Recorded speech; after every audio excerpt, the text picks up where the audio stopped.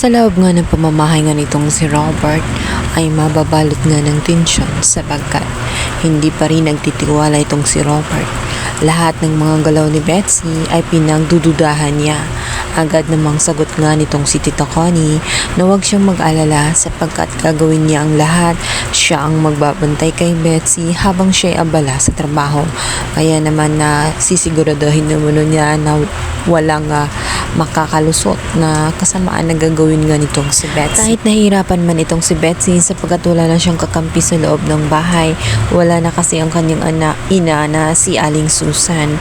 Ngunit hindi pa rin siya sumusuko at gagawa siya ng paraan kung paano nga mapaamo itong si Robert.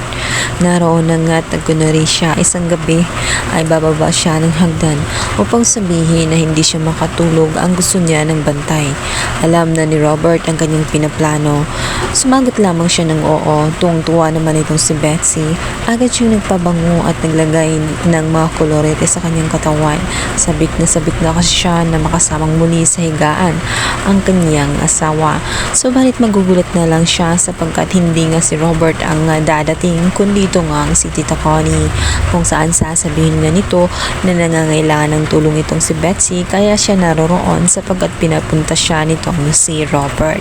At huwag naman siyang umasa na magkakaroon pa ng amor itong si Robert dahil kailanman ay wala ng gana itong si Robert sa kanya dahil nga sa pagtataksil niya nilang dalawa nitong si Gerald. Napaikot na lamang ang mga mata nga nitong si Betsy dahil nga pinahiya pa siya nitong si Tita Connie, kung saan inasar pa siya nito kung ano ba ang kanyang gusto kapag natutulog siya, lights off ba o lights on.